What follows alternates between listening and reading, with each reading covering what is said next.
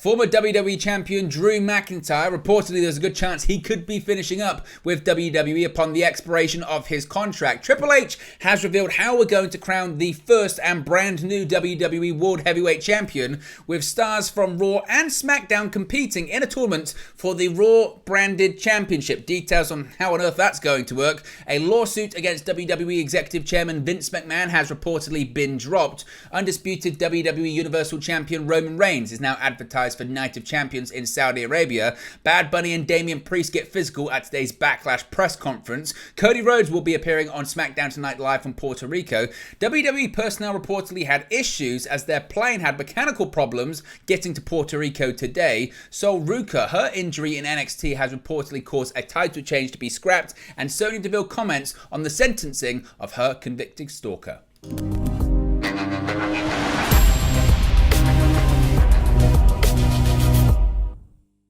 Hey guys, welcome back to Wrestling News 365. Hope everyone is doing very well. As always, there are plenty of news stories to get into in the world of World Wrestling Entertainment. Let's start off talking about the Scottish Warrior himself, Drew McIntyre. Lots of speculation about his future. He's currently on a hiatus of sorts from the company, not appearing on WWE television since WrestleMania. But could he be on his way out of World Wrestling Entertainment? In the current Wrestling Observer newsletter, Dave Meltzer explored the need for a main event level heel, suggesting names that could fill that role. One idea that specifically came up was turning Drew McIntyre heel, despite McIntyre's uncertain status with the company right now. Meltzer would then touch on McIntyre's situation some more, writing, quotes, "Because McIntyre right now is working with the idea there's a good chance he's finishing up, he could do a big program for the title as a challenger and finally leave."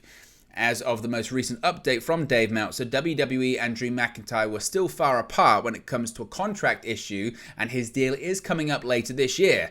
McIntyre hasn't been seen inside of a WWE ring since facing Sheamus and Gunther at WrestleMania 39 on April 2nd, 2023, reportedly due to him being out of action recovering from injuries and health issues. Meltzer later added in the Observer, quote, "McIntyre will be out of action for a few more weeks. Nothing has changed regarding his contract situation." Now, obviously, this was one of these situations whereby the headline certainly was, it's a good chance that McIntyre's done with the company, but this was Meltzer speculating more than actually having accurate and factual information, and it must be said you have to differentiate both. This is McIntyre, or rather Meltzer, sort of guessing what could be happening and pondering a what-if scenario as opposed to what is actually happening, so take that one with a bit of a pinch of salt, certainly.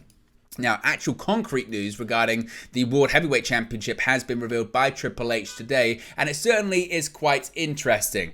Last week on Monday Night Raw, WWE Chief Content Officer Paul Triple H Levesque announced that with the WWE Undisputed Universal Champion Roman Reigns being drafted exclusively to SmackDown, the Raw brand would be getting a new main championship, that being the revived WWE World Heavyweight Championship, represented by a bout that combines elements from both the big gold bout and the big logo designs as of the present day in WWE. On Friday, that being today, at a press conference promoting tomorrow night's Backlash event in Puerto Rico, he announced further details of the tournament to determine the new champion, which, despite the reason for a new world title and the issue of having one champion exclusive to one brand, it's going to involve both Raw and SmackDown superstars. Quote, "Starting after Backlash this Monday night on Raw, we will begin a World Heavyweight Championship tournament," he explained. "It will be across both brands. On Monday Night Raw, there will be 2 triple threat matches, with the winners facing each other later that night to determine the winner for Monday Night Raw.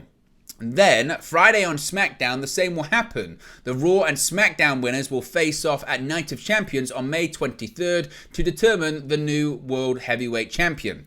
Now, the mystery behind WWE introducing a new world title just over a year after unifying the WWE and WWE Universal Championship was solved earlier this week, though. As initially reported by Sean Ross Sapp of Fightful Select, there was no long-term plan to unify the titles until then Universal Champion Roman Reigns fell ill with COVID and had to pull out of the January 2022 Day 1 Premium Live event. As a make good, Brock Lesnar was inserted into the WWE Championship match at Day 1 and won the title. So since he and Roman Reigns were set to battle at WrestleMania 39, that became a unification match, even though there was quite a few detours along the way involving the likes of Bobby Lashley. Reigns won that match, of course, resulting unifying the title and it being named the WWE Undisputed Universal Championship and being represented by both belts throughout its existence to this date. Since Reigns is so protected and doesn't look to be losing the title anytime soon, there was never a unification-centric long-term plan. A new title was going to be introduced in due time, which is the case right now. Now, as for the favourites of who is going to win and be the first WWE World Heavyweight Champion or the revived WWE World Heavyweight Champion, according to BetOnline, the bookmakers, Seth freaking Rollins is the odds-on favourite to win the newly revived World Heavyweight Championship. Rollins is trailed by 2023 Royal Rumble winner and WrestleMania 39 main event loser Cody Rhodes, followed by the likes of Kevin Owens and Sami Zayn, who are both dead even in their odds of winning the world title. The inclusion, right at the back end, of Randy Orton in the betting odds is certainly interesting, as the former WWE champion has not returned from a serious back injury, and there's been no timetable set for when or even if the third generation superstar will head back to a WWE ring. Also included are SmackDown talents as of right now, even though they've now moved to Monday Night Raw or will after Backlash, Gunther, Shinsuke Nakamura and Drew McIntyre. But as of right now, again, they're going to be on the Raw brand, so that's as to why. But the question I suppose is, why is WWE including talent from Raw and SmackDown? What if a SmackDown talent wins the WWE World Heavyweight Championship? Do they then get traded to Monday Night Raw by default because that title's exclusive to the Red brand? Is this a case of WWE already muddying the waters when it comes to the brand split and the roster split of talent on Raw and SmackDown? Let me know your thoughts about all of this in the comment section below, because certainly it's got a lot of people talking today on social media, particularly so close after the draft hasn't even come into effect yet. Let's talk about Vince McMahon and lawsuits, because they're going hand in hand at the moment. A group of WWE shareholders who sued company chairman Vince McMahon have dropped their lawsuit. Bloomberg reported yesterday the shareholders are no longer seeking to pursue charges against McMahon, 77, after he paid back the $17.4 million it cost the company to investigate claims of hush money payments made to cover up alleged sexual misconduct. The shareholders had sued McMahon over the costs.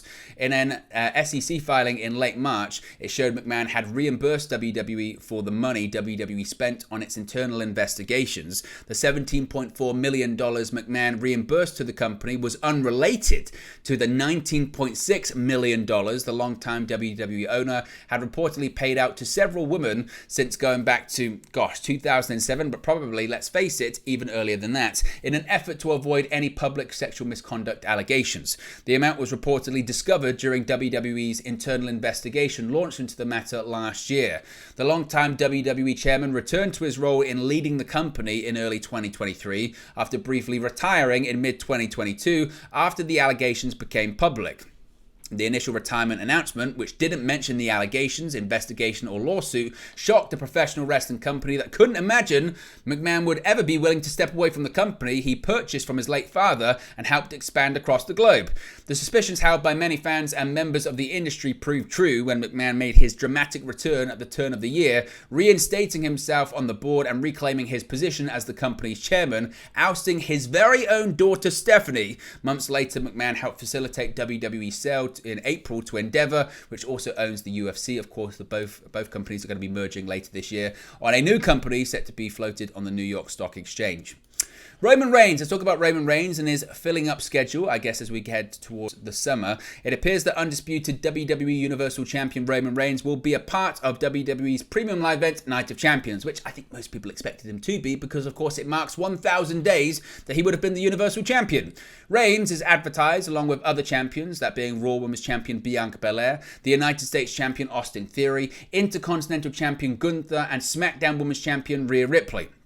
Night of Champions is set for May 27 and will be held at the Jeddah Superdome in Jeddah, Saudi Arabia. As noted, a brand new World Heavyweight Champion will be crowned during the event. Certainly, it's going to be quite interesting to see the status of Sami Zayn and Kevin Owens. Night of Champions usually has every title being defended, but the current WWE Undisputed Tag Team Champions haven't been at any of the Saudi shows, so their status right now is far more uncertain than that of the Undisputed WWE Universal Champion.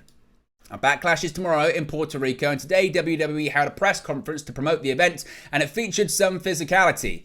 WWE held a Backlash press conference in San Juan, Puerto Rico today ahead of this weekend's events. Several WWE superstars made appearances, but the last segment featuring Bad Bunny and Damien Priest ended in physicality. Bad Bunny was the first of two to appear as he addressed the raucous crowd, but then Priest interrupted and noted that this is a press conference and that they needed to speak to each other's faces. After more words were shared, the two came face to face. Bad Bunny slapped Priest, prompting Triple H to hold Priest back as he ripped off his shirt and tossed a chair across the stage. Bad Bunny even threatened to hit Damien Priest with a speaker. Bad Bunny and Priest are set to clash in a San Juan street fight at Backlash tomorrow. Their history in WWE dates back to 2021, where they started as tag team partners in a feud with The Miz and John Morrison. At WrestleMania 37 in Tampa Bay, Priest and Bunny were able to defeat their rivals in a match that featured Bad Bunny hitting an impressive Canadian Destroyer on Morrison outside of the ring. Bunny returned to WWE at WrestleMania 39 last month as a special guest commentator for Rey Mysterio vs. Dominic Mysterio. After interfering in the match to help Rey score the win, the Grammy Award-winning artist immediately found himself feuding with the Judgment Day on the following episode of Raw. In addition to facing off against Priest, Bunny is advertised as the host of WWE's first event in Puerto Rico since 2005, but it wasn't always the original plan, which is quite interesting when it comes to Bad Bunny and Damien Priest. According to Sean Ross Sapp of Fightful Select, as I mentioned, the Bad Bunny vs. Damien Priest match at Backlash wasn't the original plan. Fightful Select reported around WrestleMania that Bad Bunny was set to return and work towards a tag match with Rey Mysterio, taking on the Judgment Day duo of Damien Priest and Dominic Mysterio. Things were moving in that direction and plans were headed that way, but the match was changed into a singles match. Fightful is reporting that they learned that the original plans would have seen Bad Bunny pinning Dominic Mysterio in Puerto Rico and leaving the fans happy. However, Dominic and Rey were pulled from the match, and both Bad Bunny and WWE were said to have felt comfortable with Bunny's ability to have a good singles match instead. Of course, it's the first time he'll have a singles match in his WWE career. He's only been in tag matches and the Royal Rumble so far, and maybe some see it as the next step in Bunny's evolution as an in-ring talent in WWE. Speaking of Puerto Rico, SmackDown will be taking place live in San Juan this evening as well. And WWE has announced on Twitter that Monday Night Raw superstar Cody Rhodes will be on tonight's episode of SmackDown ahead of tomorrow's premium live event Backlash. Rhodes has a match against Brock Lesnar at the event. The two have been feuding since the April 3rd episode of Monday Night Raw, when Lesnar turned on Rhodes before a tag team main event against Roman Reigns and Solo Sikoa. The feud between Rhodes and Lesnar happened after Night 2 of WrestleMania 39, when Rhodes nearly won the undisputed WWE Universal Championship from Roman Reigns. At Backlash, it will be the first time that Rhodes and Lesnar will be facing each other in a singles match. The last time Rhodes was on SmackDown was the March 24 episode, where he defeated Imperium's Ludwig Kaiser at the MGM Grand Garden Arena in Las Vegas, Nevada. While Lesnar has not been announced for Friday's show, it's interesting to note that the last time he competed in a ring on SmackDown was October 4, 2019, where he shockingly defeated Kofi Kingston in just 7 seconds for the WWE Championship. Bit of a random fact that's got nothing to do with this story. By the way, Lesnar is in town for tomorrow's event, so it won't be totally surprising, of course, if he does show up. Also announced for tonight's episode on Fox, Shinsuke Nakamura will be facing off against Karrion Kross, while the OC's Luke Gallows and Carl Lanson will be facing the Viking Raiders. As I mentioned, Bad Bunny is also scheduled to be at SmackDown tonight. Of course, Bad Bunny in action tomorrow against Damien Priest. Pretty much everyone's in town, so don't be shocked if they show up. But WWE did have some travel issues getting to Puerto Rico today, according to reports and according to their own personnel. As I mentioned, the event is set to take place at the Coliseo de Puerto Rico Jose Miguel Aguilar in San Juan, Puerto Rico.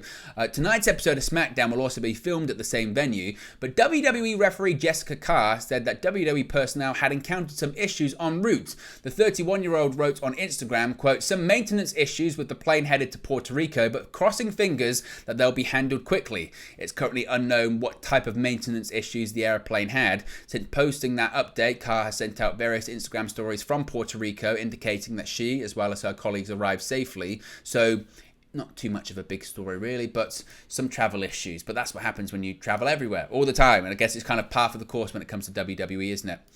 Sol Ruca, she's one of several people in NXT currently dealing with an ACL injury. As we previously covered, NXT talent Sol Ruca recently suffered a torn ACL and underwent surgery, which means she could be out of action for around 9 months. Ruca was clearly on the rise, and just before her injury had been paired with another new talent with big potential in Danny Palmer.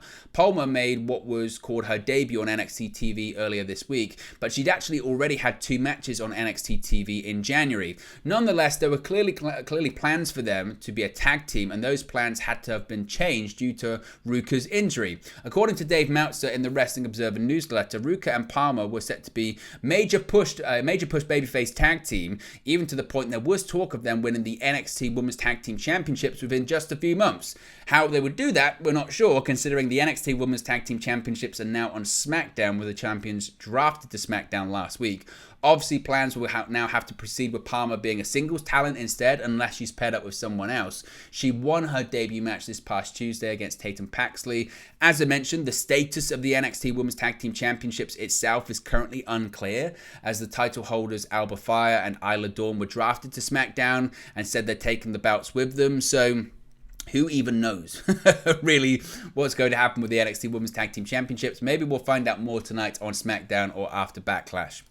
Finally, hopefully closure for Sonia DeVille. On Wednesday, it was reported that after almost 3 years of working its way through the court system, the prosecution of Philip Thomas for stalking and attempting to kidnap WWE Sonia DeVille had been completed with a plea agreement. The case had been dragged out by Thomas initially being ruled incompetent to stand trial, but court records showed that finding was reversed this past November. In light of the news breaking and seemingly signifying an end to the long ordeal, Sonia DeVille, real name Daria Benrato, posted a statement about the sentencing of Thomas on her Instagram page.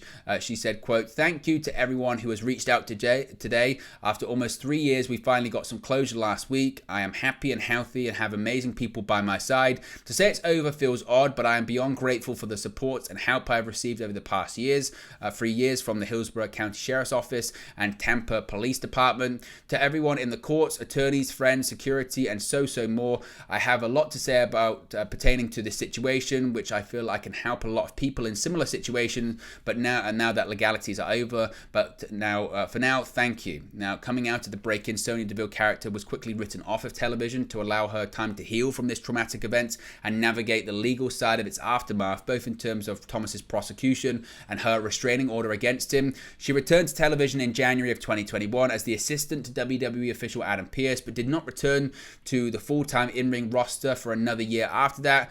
Most recently, she formed a tag team with Chelsea Green after Green's previous partner Carmella went on maternity leave, but certainly here's hoping that she now has closure on this and can move on, and hopefully justice has been done.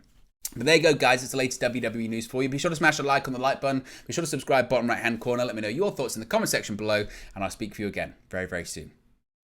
Hey guys, thank you for watching, listening, streaming, or however you come across this video today. Be sure to click on the video on the right there to watch our next video, or click the bottom there to subscribe, or the bottom right hand corner. Thank you very much, and I'll speak to you again very soon.